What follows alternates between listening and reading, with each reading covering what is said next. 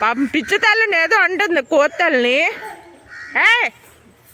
కుత అంతా రాయేశారండి పాపం పిచ్చి తల్లిని. మీరు వెళ్ళి అతలికే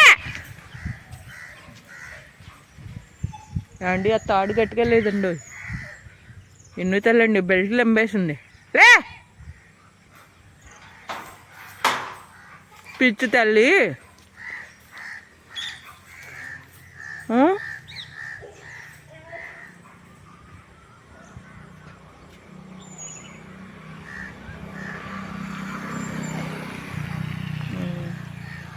నువ్వు ఇటెందుకు వచ్చావే బాబు?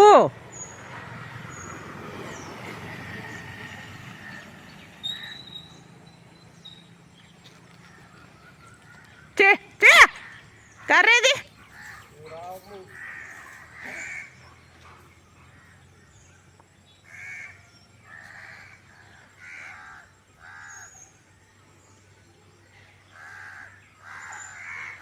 కోతమ్మ గారు వచ్చిందానండి. కోతి కుక్క దెబ్బలాడుకుంటున్నాయి. దగ్గరికి వెళ్దామంటే ఏమన్నా అంటాయి, ఏమన్నా భయం వేస్తుంది. అవండి రాయి ఇస్తే బాగుంటుంది.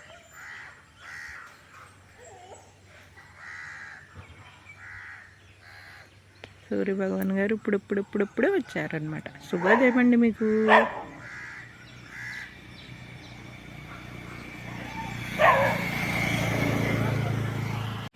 హలో అండి, అందరికీ నమస్కారం అండి. బండ భీముండి ఏం చేయాలండి? బండ భీముండి బెల్ట్ తెంపేసాడు చూడండి. 2 రోజులు కూడా అవ్వలే తెచ్చి. ఏం చెయ్యాలి ఈ బండ భీముండి? ఏం చేయాలి మీరే చెప్పండి. పేరు బాగుంది కదండి, బోడీస్ లాగా చూడండి. మెళ్ళ బెల్ట్ లేకపోతే ఎలా ఉన్నాడు?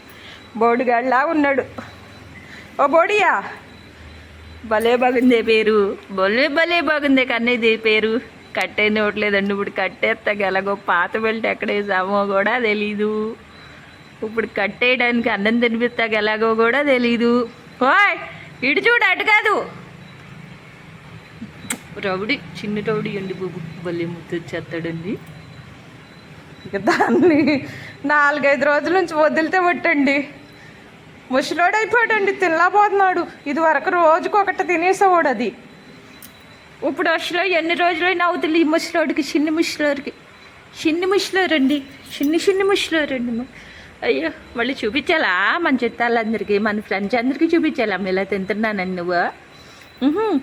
అన్నీ తెలుసండి. ఫోటోలకి ఫోజులతో అన్నీ తెలుసు, బాగా తెలుసు.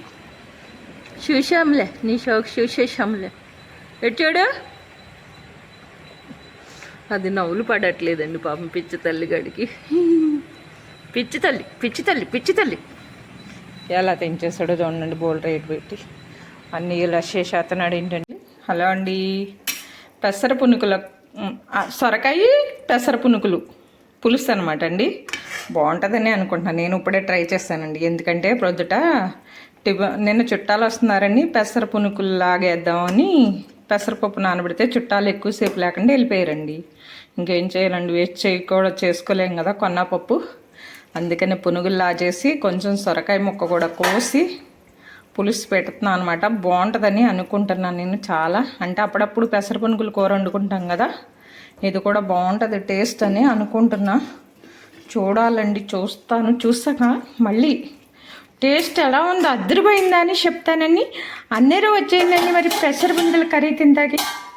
ఇదిగోండి ఇక్కడ నెయ్యి కాసేస్తున్నానండి. మా మమ్మీ నెయ్యి కాసేస్తుంది. ఇది వరకైతే నెయ్యి మనకి చాలా ఎక్కువ వచ్చేదండి బాగా. ఇప్పుడు గేదెలన్నీ అమ్మేస్తారు కదా, ఇంకా మేము పాలు కొనుక్కోవడమే అనమాట. కొంచెం వస్తూ ఉందండి. జై శ్రీరామ్ అండి. ఇన్ను తల్లి గారండి ప్రొద్దుటి నుంచి ఈరోజు అలిగేశారండి. మరి ఎందుకు అలిగారో మాకు తెలియదండి. ఎందుకు అలిగారంటే పొద్దున్న కరవడానికి వచ్చాడు కదండి, నేను కసురుకున్నాను. కోపాలు వచ్చేసినాయి, చిట్టు కోపాలు వచ్చేసినాయి అండి నా బిడ్డకి. తిట్టలేవేమ్మా. చూడడానికైతే పులుసు కలర్ఫుల్గా అదిరిపోయిందండి.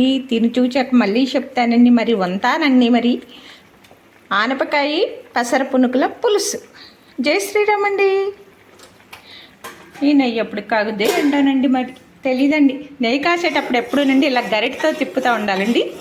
చక్కగా గోదావరి ఎక్కువ పట్టకుండా గోదావరి అంటారు కదా, నెయ్యి అడుగునున్నదాన్ని పట్టకుండా చక్కగా నెయ్యి బాగా అసలు గుమ్మగుమ్మలాడిపోద్దండి. నేను ఎప్పుడు కాసిన ఇలా తిప్పుతానే ఉంటా, బాగుంటుంది నెయ్యి, ఫ్రెష్గా ఉంటుంది. జై శ్రీరామ్ అండి. చెట్టు తీసేస్తున్నారు కావాలి, చెప్పకుండా నేను అసలు చూడలేదండి. అయిపోయింది కూడా తీయడం. చక్కగా ఇప్పుడే బుజ్జి బుజ్జి బుజ్జి బుజ్జి కొబ్బరి బండాలు వేస్తుంది. వైరుక యాండి యాండి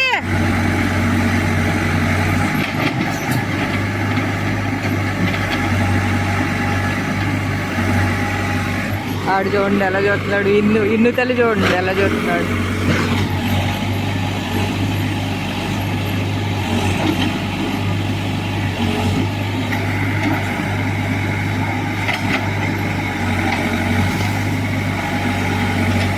కాదు యాండి పలకరు. కొబ్బరి చెట్టు ఎంచక్క ఎంత బొండాలు వేస్తుందండి ఇప్పుడే, భలే బాగున్నాయి.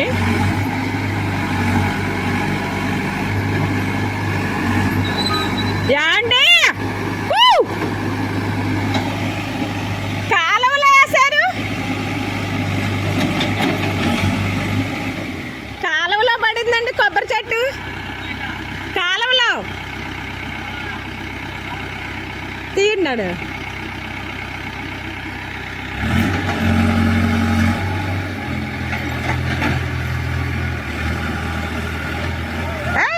అయిపోయింది,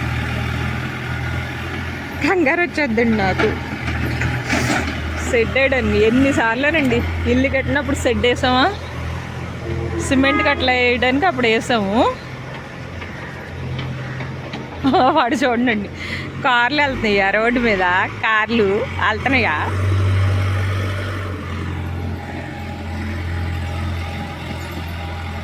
కొబ్బరి చెట్టు అసలు ఇంటి దగ్గర చెట్లనే లేకుండా పోయినాయండి.